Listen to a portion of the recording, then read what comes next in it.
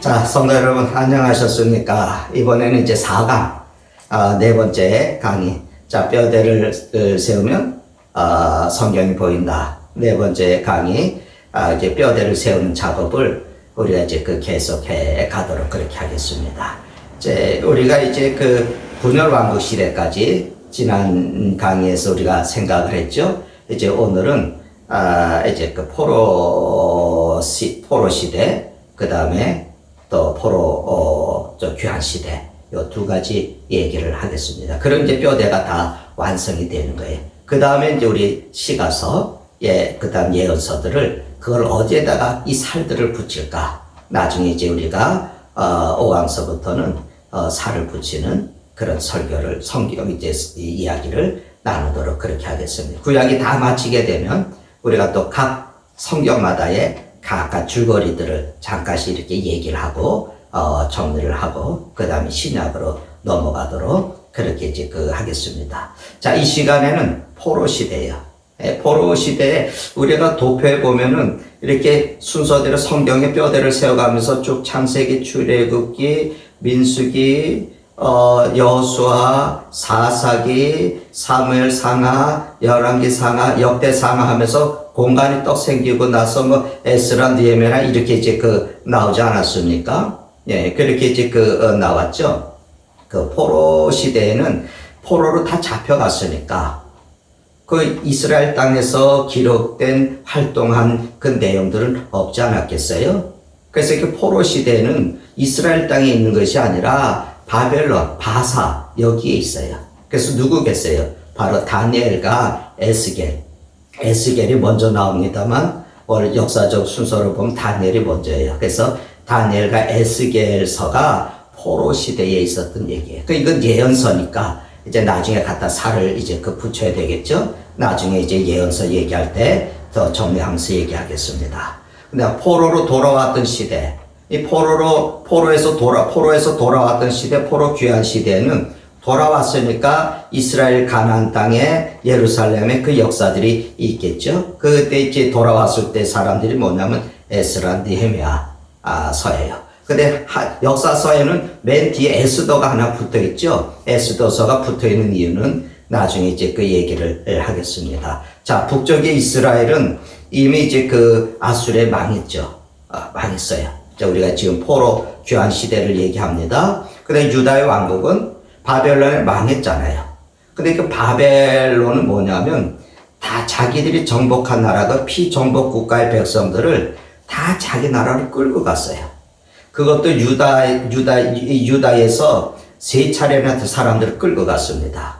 그러니까 이제 당시에 나라의 힘은 지금은 어떤 무기가, 핵무기가 있느냐, 그게 강성하고 경제가 어떻게 되느냐, 이렇게 강성하고 어떤,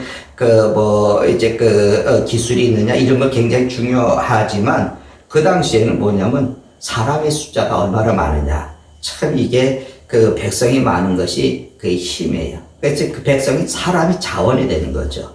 그래서 이제 바벨론이, 지금 정복한 국가의 나라에서 사람들, 똑똑한 사람들, 또 귀족들, 이런 이제 사람들을 많이 이제 포로로 끌어갔죠. 그 중에 이제 끌려갔던 사람이 다니엘도 있고 에스겔도 있는 겁니다.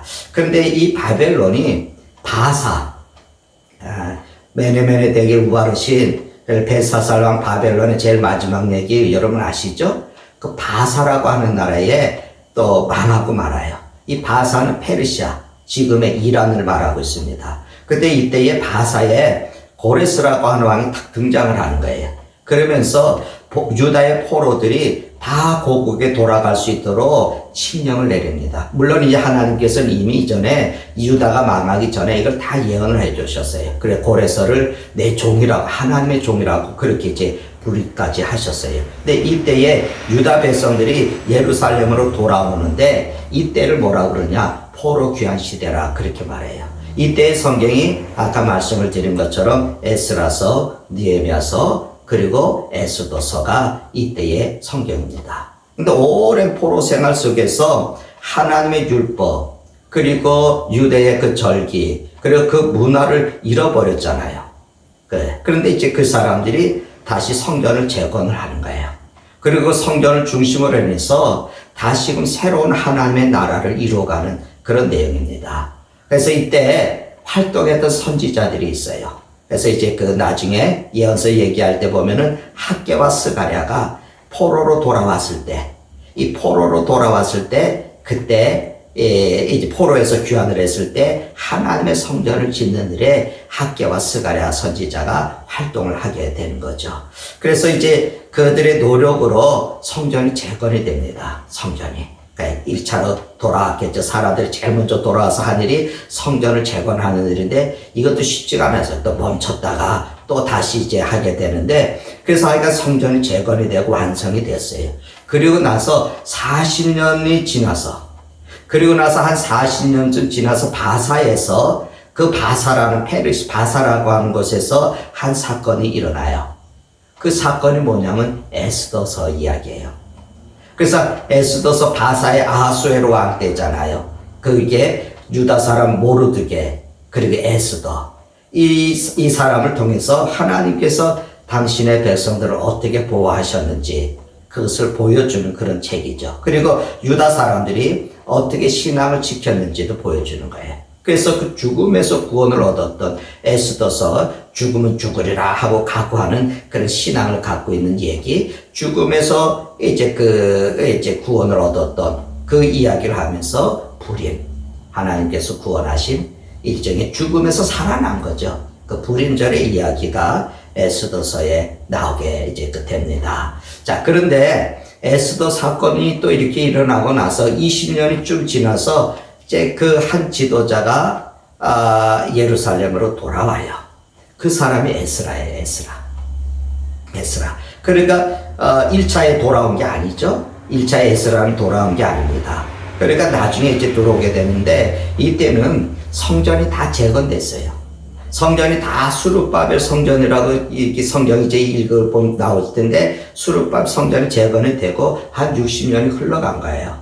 그래서 다시금 예루살렘을 돌아오게 되는데 그때 이제 이미 아까 말씀드렸던 학개 선지자도 스가랴 선지자 그때 다 활동을 하고 있었던 데인데 돌아보니까 이스라엘 백성들이 영적인 삶이 엉망인 거죠. 그러니까 신앙생활을 제대로 안 하는 거죠. 그래서 이제 에스라가 이스라엘 백성들의 영적인 삶을 지도를 하는 겁니다. 에스라는 학자면서 제사장이었게. 그래서 이제 에스라는 바벨론에서 돌아왔던 그 이스라엘 백성들의 명단을 다 정리하고 그대로 다 정리한 거예요.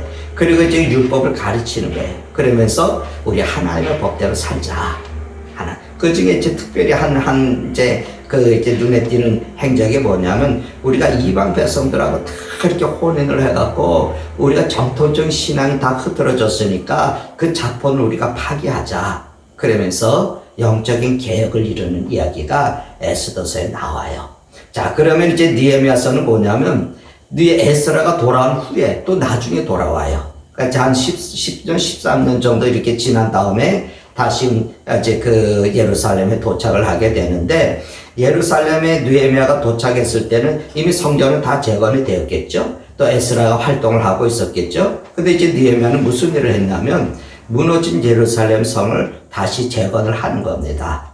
그래서 이제 스룹바벨은 성전을 재건하는 것 가지고 돌아왔고 또 그때 학개와 스가랴가 그 격려를 하고 에스라는 백성들의 영적인 삶을 지도를 하고 느헤미야는 이제 백성들을 보호하기 위한 무너진 성벽을 재건하기 위해서 귀향을 하게 됩니다. 특히 느헤미야는 아주 공식적으로 바사에서 총독으로 예루살렘의 총독으로 보내게 되는 거죠. 그래서 하나님을 믿는 신앙으로 그 백성들의 그 민족 정신을 느헤미야는 자꾸 일깨워주게 됩니다.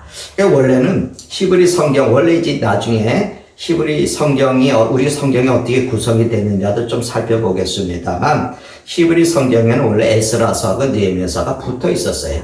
근데 이게 나중에 나눠지게 됐습니다. 자, 지금까지 성경의 뼈대가 되는, 역사서 17권 중에서 그 뼈대를 만드는데 11권, 역사서 17권 중에서 11권을 시대적으로 분류해서 뼈대를 세웠습니다. 이제 아까 서두에 말씀을 드린 것처럼 이제 이 뼈대에다가 살을 붙이는 거예요. 무슨 역사서 나머지 6권을 붙였죠? 우리가 나머지 6권을 우리가 붙였습니다. 레위기를 출애굽 광야 시대에 붙였고 신명기도 그렇게 붙였죠. 또 룻기를 우리가 사사 시대에 그렇게 이제 붙였죠. 그 다음에 사무엘, 그 다음에 역대 상하를 우리가 열왕기 하에다가 이렇게 붙여줬죠? 그렇게 지금 붙여줬습니다. 에스더서는 어디에다가 붙였습니까? 느헤미야 에스라서에다가 이제 그렇게 붙였죠? 그렇게 이제 붙여서 그 역사서 17권, 이제 11권의 뼈대에다가 역사서 6권을 이렇게 붙였습니다. 나머지 시가서하고 예언서를 이렇게 붙이면 성경의 전체가, 이게 성경이 창세기서부터 말라기서까지 쭉 기록된 게 아니라 성경의 역사는 에스라 느헤미야 시대까지 이야기구나. 그때까지 이야기, 그리고 나머지는 다 그 시대 안에서 일어났던 신앙의 고백들이고 찬양이고 또 하나님의 메시지들이었구나. 이것을 이제 우리가 살펴볼 수가 있게 되는 거예요. 그래서 이제 우리가 이제 우리가 성경을 읽다 보면 이걸 우리가 정리를 안 해놓으면 뒤죽박죽이거든요. 뭐 열왕기 상하, 역대 상하, 에스라, 느헤미야 막 왔다 갔다 하면서 뒤죽박죽이 되니까 이게 도무지 읽어도 뭐가 뭔지 모르겠다. 그렇게 지금 생각이 됩니다. 그래서 이제 우리가 성경을 읽는 것을 이렇게 정리를 하는 거예요. 자, 성경의 이야기는 창세기서부터 에스라, 느헤미야 이 시대 11권의 이 시대 안에 다 들어가 있고 역사서도 그 6권은 전부 다 거기에 붙여놓는다. 그래서 뼈대를 형성을 하게 됩니다. 이제 나머지는 침묵시대인데, 자, 침묵시대는 나중에 신약 공부를 하기 전에 잠깐 우리가 공부를 그렇게 지금 할 거예요. 그리고 이제 나중에 시가서를 여기에다가 또 이제 우리가 갖다 어디다가 붙여. 시가서의 내용은 언제 때 우리에게 이게 남겨진 말씀일까? 또 예언서들, 예언자들은 언제 활동을 했을까? 우리가 학개스가랴도 우리가 봤죠? 또 에스라, 다니엘도 우리가 좀 어디 시대 사람인가 봤죠? 나머지 우리가 예레미야라든지 12명의 소선지자들은 언제 활동을 했을까? 이것을 우리가 생각을 하면서 우리가 또 성경을 정리하도록 그렇게 하겠습니다. 자, 4강 뼈대를 세우면 성경이 보인다. 2번째 강의, 이 3번째 강의인가요? 3번째 강의는 여기서 이렇게 마치도록 그렇게 지금 하겠습니다. 이제 우리 5번째 강의에서 다시금 찾아보도록 그렇게 하겠습니다. 여러분 수고 많으셨어요. 여러분 이렇게 듣고 또 계속해서 성경 읽어가십시다. 성경 멈추면 안 돼요. 우리가 목표가 성경 통독하는 거니까. 그러니까 이 강의를 뭐 이해가 안 되면 몰라도 성경 무조건 금년 안에 읽겠다. 이런 결단으로 나가실 수 있기를 바랍니다. 오늘 강의는 여기까지. 수고 많으셨습니다. 감사합니다.